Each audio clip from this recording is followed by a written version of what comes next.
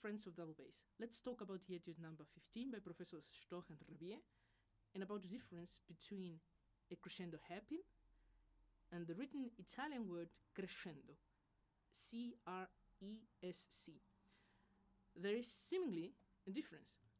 I came to a YouTube channel talking about this, and they have many serious proof that in the Romantic period, the composer had a choice between this written word, and in this case, it means an increasing of volume. If the composer wrote an hairpin, some sort of rubato is implied. So, if we go to the last bars of this etude,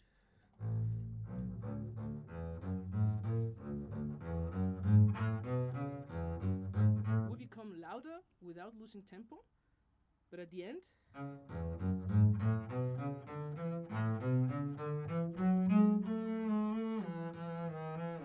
it's actually quite musical to go to this kind of climax, slowing down a tiny bit. I think for some situations, it's quite smart. And knowing about this new piece of information, to me, opens up more musical material in this just seemingly simple etudes. Things you gotta keep in mind, and that is the Abbau disease. In German is the Anschlussnote. It should not be accentuated. So,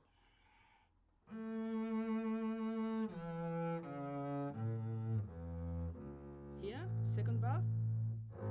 Please, no accent on the F sharp. Stay at the upper half of the bow.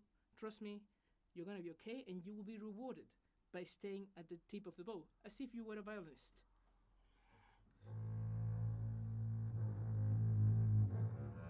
You will have time to play your crescendo. This will be a useful rule of thumb for you. Per phrase, one climax. So if we play an unintended accent before our climax, our phrase is destroyed.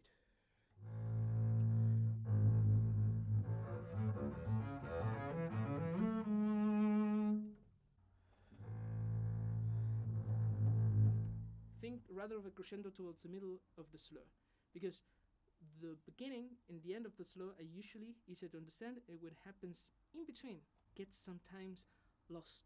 Later on, the composer didn't say much about dynamics. Nevertheless, we do more.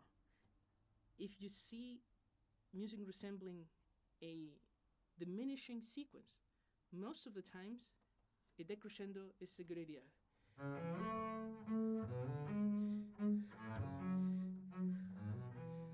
And now we have the first degree of a scale, G major. Now the subdominant, C major, probably more. Less. More. Of course, you could play another dynamics. What I think wouldn't be okay is playing this etude as if it was an exercise. And I could be exaggerating a tiny bit, but I think even an exercise should have some musical intention.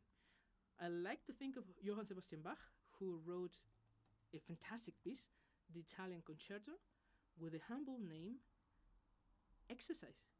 Etüden fürs Klavier? No. Klavierübungen.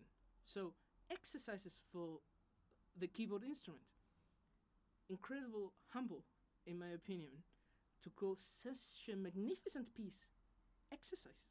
I like to get inspired by this fact and to play the etudes with as much musical intensity and information as I can do. I don't do it all the time. Sometimes I play boring, but I try. I really try. Many thanks for listening, and see you next time.